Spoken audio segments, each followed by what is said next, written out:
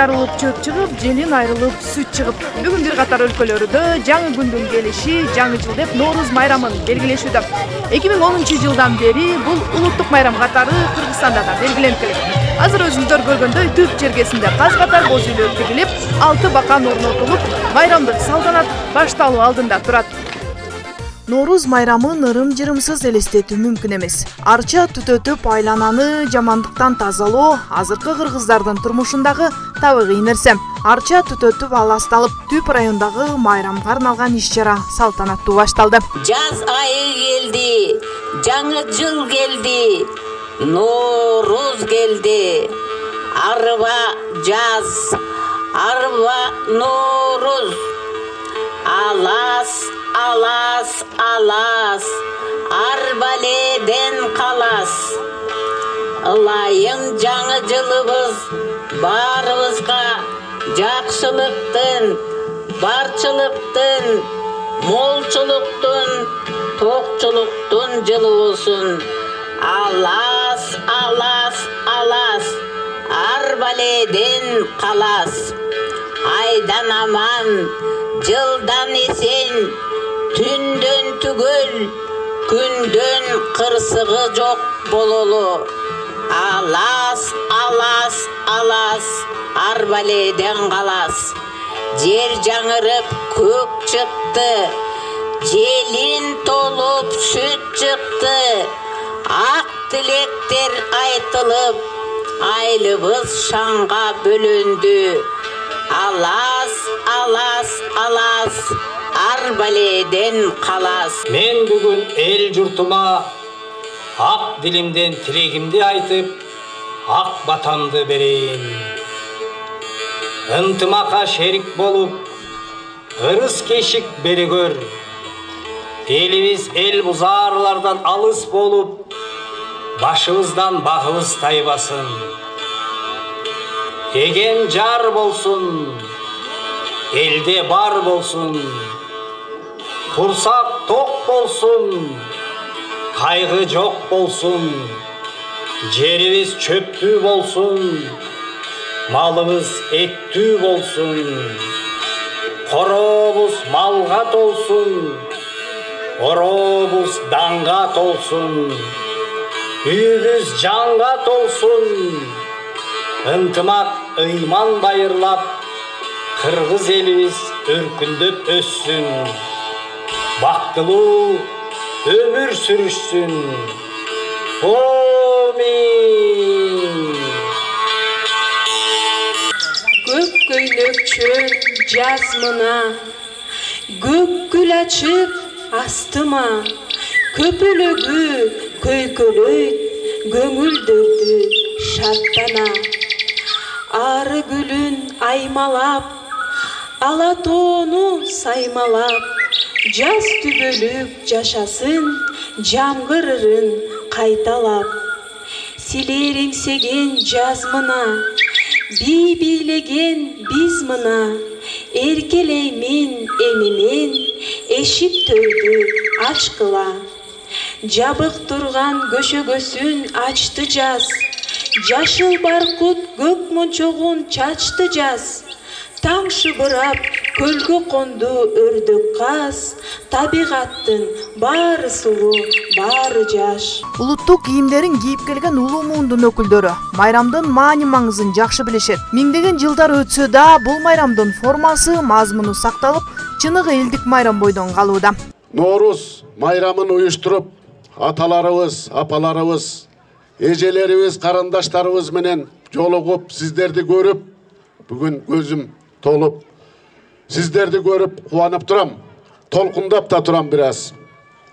Урматтуу бир туугандар, ушу Түп районунан Бактияр Болотович чакырып, биздин сыйлыгыбыз бар эле, ушул Түп районунун атуулун берели деп бүгүнкү күнү урматтап, сыйлап, элибиз менен бирге элибиздин алдында чыгып бүгүн сөз сүйлөп атам.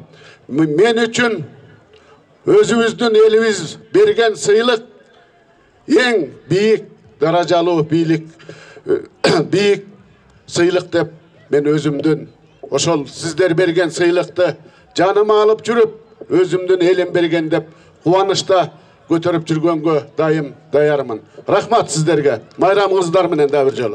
Бүгүн мына ата бабаларыбыздан таберик болуп калган Норуз майрамын белгилейли деп баарыбыз чогулуп отурабыз.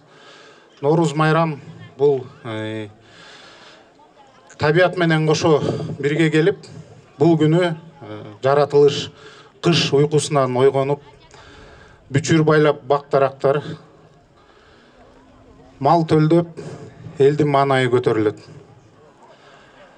Бул күнү мына өзүңүздөр билгендей, элибизди чогултуп, ушул элибизге жакшы маанай тартуулайлы деп сиздерди чогултуп отурабыз. Себеби былтыр пандемия шартына байланыштуу бул чоң майрам белгиленбей калган. Ошону эске алып, Түп райондук мамлекеттик администрациясы, Түп райондун айыл өкмөтү баары биргеликте ушул сиздерге жакшы маанай тартуулайлы деп бүгүнкү иш-чараны өтүп жатабыз. Күн менен түндүн теңелиши болгондо жаркырап жайнаган майрамыңыздар кут болсун. Ушул майрам илгертен бери ата-бабабыздан келаткан эң улук майрам. Ушул майрам күнү биздин энелерибиз арчалап, үйүн арчалап, очокту арчалап, мал жанын бүт арчалап, ар баледен сактап ушинтип келген. Атабыз болсо бата берип, балдарым өсүп өнсүн, тууган элим бүт өссүн деп бата берип келген чоң майрам. Ушул майрам бүгүнкүгө чейин өзү касиеттүү майрам болуп келген и боло бермекчи. Мен деген мындай каалоону айтып койгум келип калды бүгүн. Бүт элибизге тынчтык берсин, кыргыз мамлекетибиз өсүп өнсүн. Üzürlü emgek çönele gelbey, unutup büyüdü berili bişke, kaytasın uygu daima geçti, kaytasın uygu daima geçti.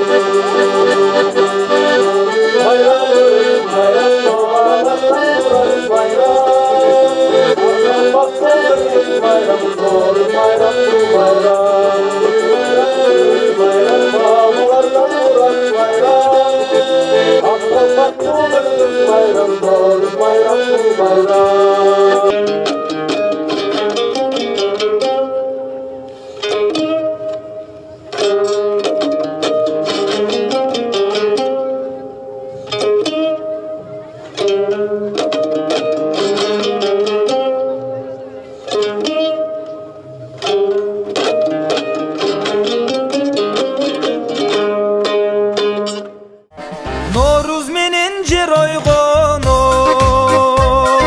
jer yüzünden el oygonot ey, el içinden er oygonot, er töşünden er oygonot, köküröktün ezip келген кыз төшүндө сыр ойгонот Nooruz mayram ырыс майрам бабалардан мурас майрам ак калпакчан кыргыз майрам Nooruz майрам бул майрам Nooruz майрам ырыс майрам бабалардан мурас майрам ак калпакчан кыргыз майрам Nooruz майрам бул майрам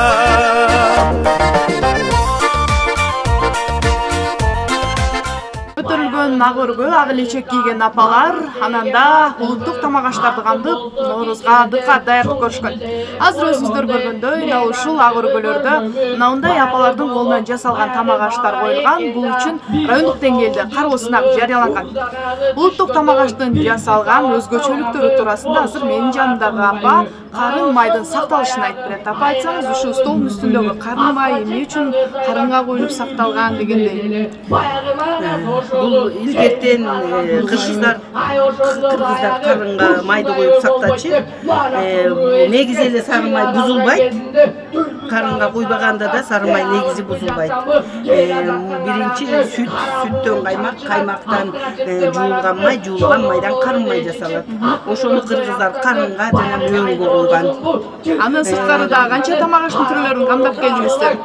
Бул жерде тамак аш 41ден да ашыктар. Санап келсек 41ден да ашык тамак аштын түрүн камдап келдик. Андан сырткары ушул элечекти дагы таңазалап жатасыздар, элечектин кийилиши, элечектин түрлөрү туурасында. Ооба. Негизинен Мынорекил Түб районунун айымдары же болбосо бизди бугене тукуму деп коет. Көбүнчө бизде бугененин элечегин кийебиз. Мисалы үчүн мына мен кийип турган элечектин кичинекей мүйүзчөлөр чыгып турат. Ошол бугуну мүйүздененин тукуму деп коет бизде. Ошон үчүн биз жыгымын бир жакты каратып мындай жыгылган элечек, анан кичине мүйүзү бараңдөнгөн элечек кийебиз. Бул бугененин элечеги.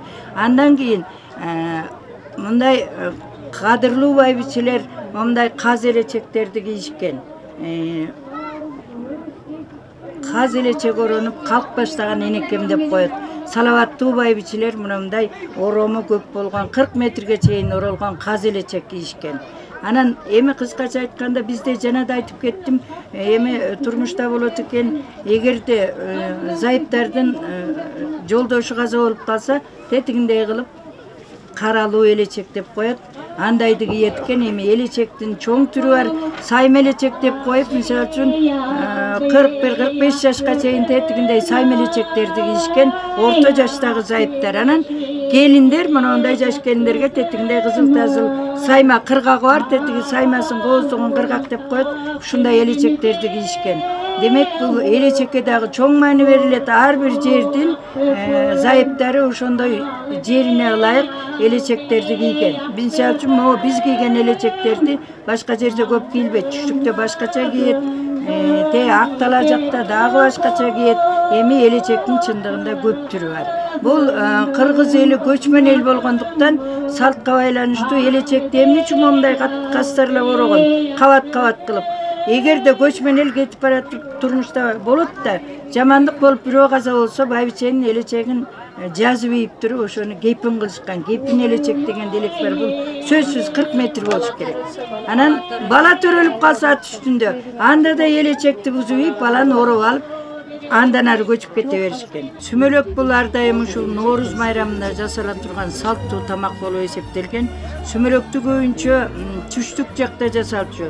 Ага чейин сүмөлөктү бир жума мурун даярдашып, эгинди, өндү, буудайды өстүрүп, анан кийин бир карыш көк болгончо өсүп чыгат дагы. Андан кийин эртең сүмөлөк кайнатабыз деген күнү аны өткөзгөн майдалап, көгү менен кошо. Андан кийин аны кайнатып казанга салганда ырымдап жейти таш салып, ошол жерде аксакалдуу аталар, ак элечек энелер бата кылып, андан кийин анан баштачу түнү менен от жагып таң атканча аруу тилектерин айтып аралаштырып турушкан. Ар бир атуулудан келген, анан ар бири өзүнүн каалоосун айткан, эл жерге, жаштарга, бүткүл элге баталарын камтып, андан кийин таң атканча сүмөлөк кайнатышкан. Ага кадимкидей эле сүрөттөр салынган, көп даамдарды бу жерге курутту эзип, сүзмө кылып салган, ар түрдүү даамдар камтылган. тамак. Анан бул көбүнчө түштүк жакта болгондуктан бизде илгертен эле бул Норуз майрамын Норуз деп атабастан бизде чоң көжө же болбосо көжө айт деп аташкан. Бизде деле ошол сүмөлөктө эле көжө кайнатышкан, ар уруудан чогулуп келишкен келиндер, энелер, аталардан келип батасын берип, жанагындай эле сүмөлөктөй кылып адегенде жети кара ташты салып түбүнө ырымдап, анан сүретти салып, ага деле жанагы буудайды акталап туруп сокулган жарчып, андан кийин аны салып, анан сүрлөрдү салып, атайы жазгы майрамга көжө айтка деп камдаган сүрлөрү болгон, аны салып, анан кийин сүзмө эзип, аны куюп, анан кийин жакшынакай кылып аны кайнатып болгон кезде думбалап жаап койгондагы, анан эртең менен тегеректеп туруп сакалдуулар бата кылып, бул келаткан жылыбыз бул жаңы жыл майрам болуп эсептелип атпайбы? Жер жарылып, көк чыкты, желин айрылып, сүт чыкты деп анан кийин жылыбыз жакшы жыл болсун деп ырымдап тегеректеп туруп бата кылып, андан кийин анан элге таратып, жакшынакай кийимдерин кийип алып, кичинекей балдар, кыздар, сакалдуулар жетелешип, ошол көжө айтып майрамдашкан болчу.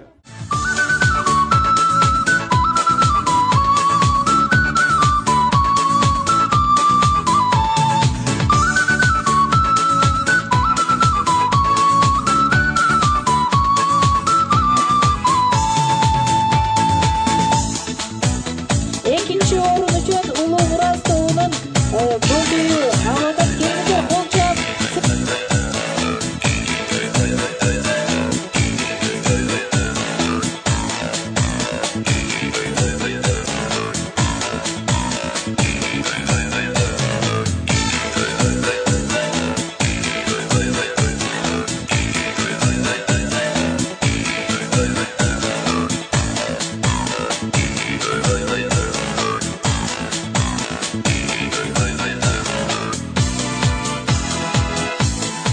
Түп районунун аймагында айыл өкмөттөрдө жана Түп айылында Норуз майрамына арналган майрамдык иш-чаралар өтүп атат.